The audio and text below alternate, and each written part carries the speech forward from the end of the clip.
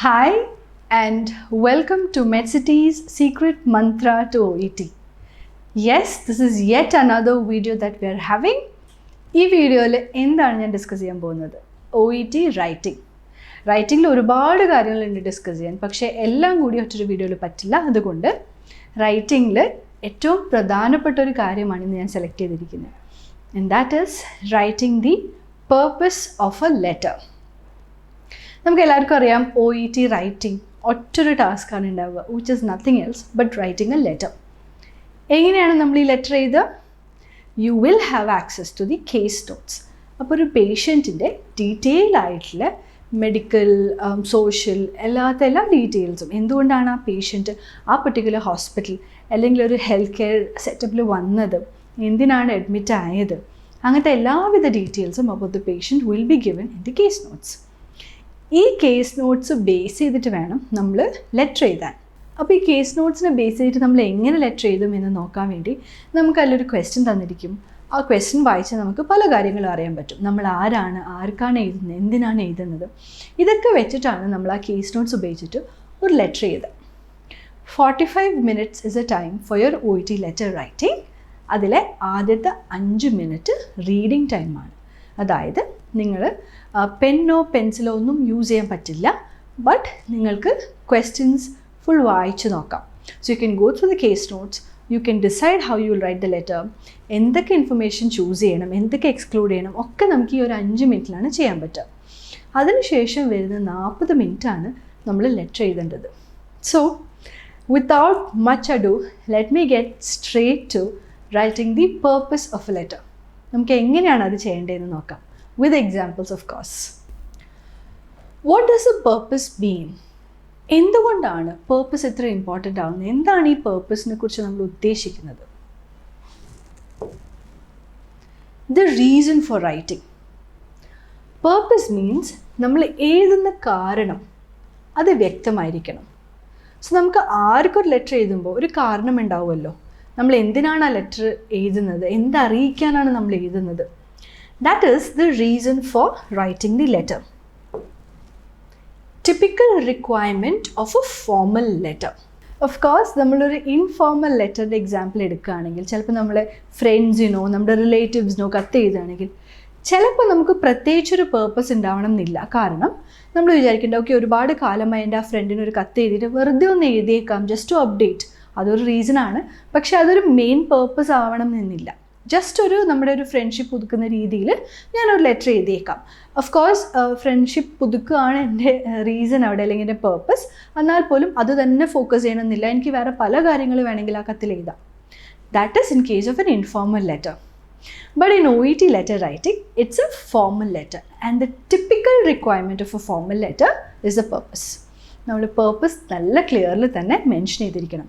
അതായത് നമ്മൾ ആർക്കാണോ ലെറ്റർ എഴുതുന്നത്, അവർ ഈ ലെറ്റർ വായിക്കുമ്പം ആദ്യം തന്നെ അവർക്ക് ക്ലിയർ ആയിട്ട് എന്തിനാണ് ഈ കത്ത് എഴുതിയെന്ന് മനസ്സിലാവണം. And that is the third point for the purpose of the letter. Clearly written at the beginning of the letter. Purpose എന്താണെന്ന് മനസ്സിലാക്കാൻ റീഡർ മൊത്തം കത്ത് വായിച്ച് അവസാനം മനസ്സിലാക്കുന്നുണ്ട് ഒരു കാര്യമില്ല. തുടക്കത്തിൽ തന്നെ എന്തിനാണ് ഈ കത്ത് എഴുതിയിരിക്കുന്നതെന്ന് ക്ലിയറായി മെൻഷൻ ചെയ്തിരിക്കണം. So remember these 3 words: reason, formal and beginning. ഇതാണ് പേർപ്പസിനെ കൊണ്ട് നമ്മൾ ഉദ്ദേശിക്കുന്നത്. സോ ഈ മെയിൻ 3 points നമ്മുടെ മനസ്സിൽ വെക്കുകയാണെങ്കിൽ നമ്മൾ എന്തായാലും പേർപ്പസിലേക്ക് നല്ലൊരു കോൺസെൻട്രേഷൻ കൊടുക്കും. Purpose as a criterion. ഈ 3 റീസൺസ് അല്ലാതെ മറ്റൊരു റീസൺ, അല്ലെങ്കിൽ 4ാമത്തെ ഒരു റീസണാണ് ക്രൈറ്റീരിയൻ. OET ലെറ്റർ റൈറ്റിംഗ് അല്ലെങ്കിൽ OET റൈറ്റിംഗ് 6 ഫാക്ടേഴ്സ് വെച്ചാണ് അസസ് ചെയ്യുന്നത്. അതിലെ ഫസ്റ്റ് ആൻഡ് മോസ്റ്റ് ഇമ്പോർട്ടൻറ്റ് ഫാക്ടറാണ് പേർപ്പസ്. അതൊരു ക്രൈറ്റീരിയൻ തന്നെയാണ്. Now the purpose of a letter, അതിൽ 2 കാര്യങ്ങളാണ് അവർ ക്ലിയർലി മെൻഷൻ ചെയ്തിരിക്കുന്നത്. 2 റിക്വയർമെൻറ്റ്സ് ഉണ്ട്. എന്തൊക്കെയാണ് ഈ 2 requirements? 1, your purpose should be immediately clear. So this is the first requirement. Second, it should be expanded sufficiently. ഇത് 2ാമത്തെ റിക്വയർമെൻറ്റ്. ഇനി എന്താണ് ഇമ്മീഡിയറ്റ്ലി ക്ലിയർ, അല്ലെങ്കിൽ എവിടെയാണ് നമ്മൾ സഫീഷ്യൻ്റ്ലി അത് എക്സ്പാൻഡ് ചെയ്യാൻ പറ്റുക പേർപ്പസ്? അത് നമുക്ക് നോക്കാം. Now the purpose should be made immediately clear in the first paragraph itself. So നമ്മുടെ റീഡർ വായിക്കുന്ന ഫസ്റ്റ് പാരഗ്രാഫ് തന്നെ പേർപ്പസ് ആയിരിക്കണം. ആൻഡ് നമ്മൾ എക്സ്പാൻഡ് ചെയ്യുന്നത് further expansion of the purpose can come in the later paragraphs. നമ്മുടെ ലെറ്ററിൽ first paragraph കഴിഞ്ഞ് നമ്മൾ എഴുതുന്ന പാരഗ്രാഫ്സിലാണ് നമ്മൾ പേർപ്പസ് കുറച്ചുകൂടി എക്സ്പാൻഡ് ചെയ്തിട്ട് എഴുതേണ്ടത്. So remember these two requirements, that your purpose should be immediately clear and your purpose should be expanded sufficiently. ഒരു example എടുത്ത് നോക്കാം. Okay, here you can see the notes. ഈ നോട്ട്സ് എന്ന് പറഞ്ഞാൽ നമ്മുടെ കേസ് നോട്ടിലെ ഏറ്റവും ടോപ്പിൽ കാണുന്ന 2-3 സെൻറ്റൻസസ് ആയിരിക്കും. ഇത് ഇമ്പോർട്ടൻ്റ് ആണ്, കാരണം നമ്മൾ ആരാണെന്ന് നമുക്ക് മനസ്സിലാവുന്നത് ആ നോട്ട്സ് വായിക്കുമ്പോഴാണ്. ഈ ഒരു എക്സാമ്പിളിൽ നമ്മൾ ആരാണ്? We are the charge nurse അല്ലേ? ഇതാണ് നമ്മുടെ റോൾ അല്ലെങ്കിൽ നമ്മുടെ റെസ്പോൺസിബിലിറ്റി. എവിടുത്തെ ചാർജ് നേഴ്സാണ്? At Somerton community hospital. അപ്പോൾ നമുക്ക് 2 കാര്യങ്ങൾ മനസ്സിലായി. നമ്മൾ വർക്ക് ചെയ്യുന്ന ഹോസ്പിറ്റലിൻ്റെ പേരും ആ ഹോസ്പിറ്റലിൽ നമ്മുടെ റെസ്പോൺസിബിലിറ്റി എന്താണെന്ന് മനസ്സിലായി. Your patient mister Smith is being discharge today. അപ്പോൾ നമുക്ക് നമ്മുടെ പേഷ്യൻറ്റിൻ്റെ പേര് മനസ്സിലായി, മിസ്റ്റർ സ്മിത്ത് ആണ്. എന്താണ് മിസ്റ്റർ സ്മിത്തിൻ്റെ status? He is being discharge today. ഇത്രയും കാര്യങ്ങൾ നമുക്ക് നോട്ട്സ് വായിക്കുമ്പോൾ തന്നെ ക്ലിയർ ആയിട്ട് മനസ്സിലായി. ഇനി എപ്പോഴും നമ്മുടെ ലെറ്റർ നോട്ട്സ് വായിച്ചു കഴിഞ്ഞിട്ട് നമ്മുടെ കേസ് നോട്ട്സിലെ ഡീറ്റെയിലേക്ക് നമ്മൾ ഒരിക്കലും പോകരുത്. മറിച്ച് നമ്മൾ കേസ് നോട്ട്സിലെ ഏറ്റവും എൻഡിലേക്ക് പോവുകയാണെങ്കിൽ അവിടെ നിങ്ങൾക്ക് റൈറ്റിംഗ് ടാസ്ക് കാണാൻ സാധിക്കും. അപ്പോൾ ഈ writing task will be given towards the end of the question. Case നോട്ട്സിൻ്റെ ഏറ്റവും താഴെയായിരിക്കും റൈറ്റിംഗ് ടാസ്ക് തന്നിരിക്കുന്നത്. ഇത് വായിക്കുന്നത് വെരി ഇമ്പോർട്ടൻ്റ് ആണ്, കാരണം നമ്മുടെ പേർപ്പസ് എന്താണ്, നമ്മൾ എന്തിനു വേണ്ടിയാണ് ലെറ്റർ എഴുതുന്ന എല്ലാ ഡീറ്റെയിൽസും ഈ ഒരു റൈറ്റിംഗ് ടാസ്കിലായിരിക്കും തന്നിരിക്കുന്നത്. ഇത് വായിച്ചു നോക്കിയാലോ. Using the information in the case notes write a discharge letter. അപ്പോൾ നമുക്കറിയാം ഇതൊരു ഫോർമൽ ലെറ്ററാണ്. അതിൽ ഏത് ടൈപ്പ് ഓഫ് ലെറ്ററാണ് നമ്മൾ എഴുതുന്നത്? It's a discharge letter. ആർക്കാണ് എഴുതുന്നത്? To whom are we writing അല്ലേ? ആർക്കാണ് നമ്മൾ ഈ ഡിസ്ചാർജ് ലെറ്റർ എഴുതുന്നത്? To miss Emma Humphrey. പേര് മനസ്സിലായി. ഇനി ആരാണ് miss Emma? Miss Emma is a nurse. എവിടുത്തെ nurse? At Somerton retirement home. അപ്പോൾ നമ്മളൊരു റിട്ടയർമെൻറ്റ് ഹോമിലേക്കാണ് നമ്മുടെ പേഷ്യൻറ്റിനെ ഡിസ്ചാർജ് ചെയ്യുന്നത്. ആ റിട്ടയർമെൻറ്റ് ഹോമിലെ ഒരു പെർട്ടിക്കുലർ നേഴ്സിനാണ് നമ്മൾ ഈ ഒരു ലെറ്റർ അഡ്രസ്സ് ചെയ്യുന്നത്. Where Mr. Smith lives. Okay, അപ്പം നമുക്ക് മനസ്സിലായി മിസ്റ്റർ സ്മിത്ത് ഈ റിട്ടയർമെൻറ്റ് ഹോമിലാണ് താമസിക്കാറ്. അപ്പോൾ ഈ കത്തിൽ നമ്മൾ എന്താണ് ഇൻക്ലൂഡ് ചെയ്യേണ്ടത്? Informing her of the patient's current situation. അതായത് ഇപ്പോഴത്തെ കണ്ടീഷൻ എന്താണെന്നും നമ്മൾ മെൻഷൻ ചെയ്യണം. And care required. ഇനി കെയർ റിക്വയർഡ് എന്ന് പറയുമ്പം എന്തൊക്കെയായിരിക്കും നമുക്ക് എഴുതാൻ പറ്റുക? ഓൺഗോയിങ് കെയർ ആവാം, കണ്ടിന്യൂസ് കെയർ ആവാം, റെഗുലർ മോണിറ്ററിങ് ആവാം. അപ്പോൾ ഈ 2 കാര്യങ്ങളാണ് നമ്മൾ ലെറ്ററിൽ മെൻഷൻ ചെയ്യേണ്ടത്. Because we know that this is wear mister Smith lives. അതവർ മെൻഷൻ ചെയ്തുകൊണ്ട് തന്നെ നമുക്ക് എമ ഹംഫ്രി ഓൾറെഡി മിസ്റ്റർ സ്മിത്തുമായിട്ട് പരിചയമുള്ള ഒരാളാണെന്ന് നമുക്ക് മനസ്സിലാവും. So there is A relationship that is being made clear through this writing task. Now let's look. ഈ ഒരു writing ടാസ്കും നോട്ട്സും മാത്രം നോക്കിയിട്ടാണോ നമുക്ക് ഇത്ര അധികം ഇൻഫർമേഷൻ കിട്ടുന്നത്? പേർപ്പസ് എഴുതി തുടങ്ങാൻ പറ്റുമോ? or else do we need any additional information? Okay, ഇത് കേസ് നോട്ട്സിൻ്റെ ചില ആസ്പെക്ട്സ് ആണ്. I know the name of my patient. Writing ടാസ്കിൽ നിന്ന് എനിക്ക് മനസ്സിലായത് മിസ്റ്റർ സ്മിത്ത് എന്ന് മാത്രമാണ്. പക്ഷേ കേസ് നോട്ടിൻ്റെ ഫസ്റ്റ് ഹാഫ് നോക്കുമ്പോൾ I know his full name. It is mister James Smith and I also know his age 68. ഇപ്പോൾ എനിക്കൊരു ഐഡിയ ഉണ്ട് why he's going to the retirement home. He is already 68. Admission date തന്നിരിക്കുന്നുണ്ട് case നോട്ട്സിൽ. എന്താണ് diagnosis? Fractured right neck of femur after fall. Treatment എന്താണ്? What did he undergo? Total hip replacement. So, ഒരു surgery ആണ് നടന്നിരിക്കുന്നത്, and that is total hip replacement. ഇത്രയും details വെച്ചിട്ട് നമുക്ക് എങ്ങനെ പർപ്പസ് എഴുതി തുടങ്ങാം? സോ നമ്മൾ ഇത്രയും നേരം ഡിസ്കസ് ചെയ്ത എല്ലാ ഡീറ്റെയിൽസും ഇപ്പോൾ നിങ്ങൾക്ക് സ്ക്രീനിൽ കാണാം. ഇതിൽ നിന്ന് എന്തൊക്കെ പിക്ക് ചെയ്തിട്ടാണ് എനിക്ക് പർപ്പസ് എഴുതാൻ പറ്റുമെന്ന് നോക്കാം. ഓഫ് കോഴ്സ് എനിക്ക് എൻ്റെ പേഷ്യൻറ്റിൻ്റെ ഫുൾ നെയിം വേണം, മിസ്റ്റർ ജെയിംസ് സ്മിത്ത്.